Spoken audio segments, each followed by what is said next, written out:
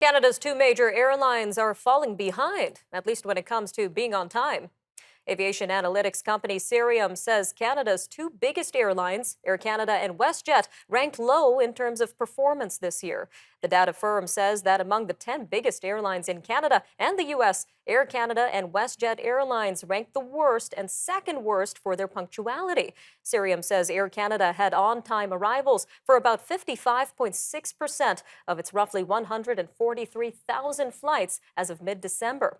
Well, joining us now to give us more insight into this issue is Mr. John Gradek, aviation expert, faculty lecturer, and coordinator of the Aviation Management Program at McGill University. Sir, welcome back to Forum Daily. My pleasure to be here. Thank you. So what were the major reasons behind these delays, and could these delays have been prevented?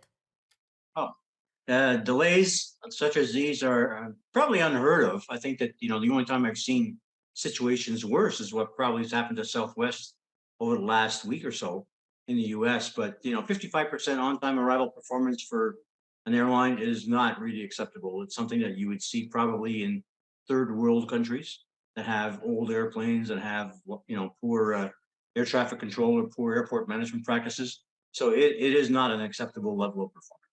Not acceptable indeed, sir. Now, on that note, Air Canada and WestJet topped the list of airlines in both Canada and the United States. So, what does that say about the state of Canada's aviation industry right now, especially compared to our neighbors down south?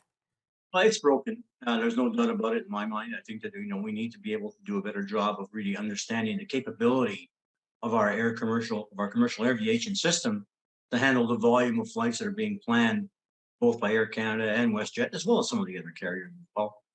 There seems to be a disconnect between what the airlines want to fly and what they're proposing to fly, and what the system is able to handle in terms of volumes. And it's very apparent that there seems to be a problem in terms of making sure that we're only flying as much as the system can handle.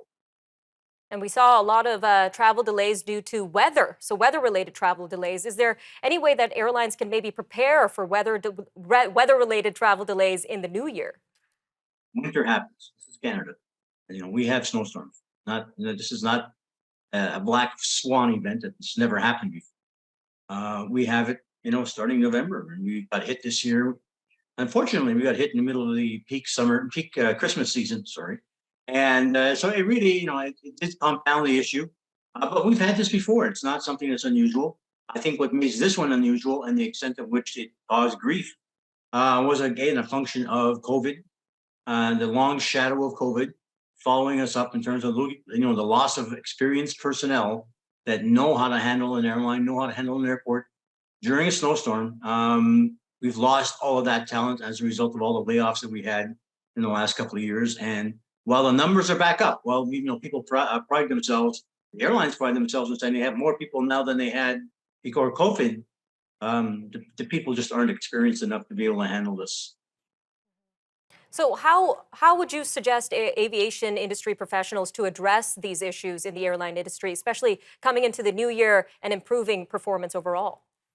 Well, I think we need to have a better process of making sure that everybody in the system, whether it's airports, CATSA, CBSA, AirNav, whoever it is, has enough information from the airlines about the volume of traffic that they need. The airlines should start sharing that information fairly far in advance, so that when we come to staffing and manning and looking at gates and looking at baggage belts and stuff like that, that everybody understands the volume that's going to be coming at the airports and they're ready for it. Right now, it really is a very, very hit and miss type of process. And it was very apparent, particularly in Pearson and at Vancouver, that we really did not have an effective process in place to be able to handle the volume. All right, Mr. Gradek, just about a minute left here, but what is your overall outlook for the air travel sector in 2023? Any positive outlook at all? It's going to be a great year. It's going to be a great year. I think we've got a lot of new airlines, a lot of newer airlines showing up in the Canadian domestic market. You have Porter showing up as well in 2023 with some brand new airplanes. Lots of capacity in the marketplace.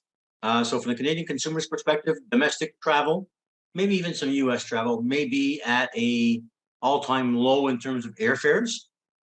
So because of all that competition, However, the downside of that is that you're going to have a lot of demand for international travel, and carriers are going to want to make as much money as they can internationally. So the international airfares will remain high, if not higher.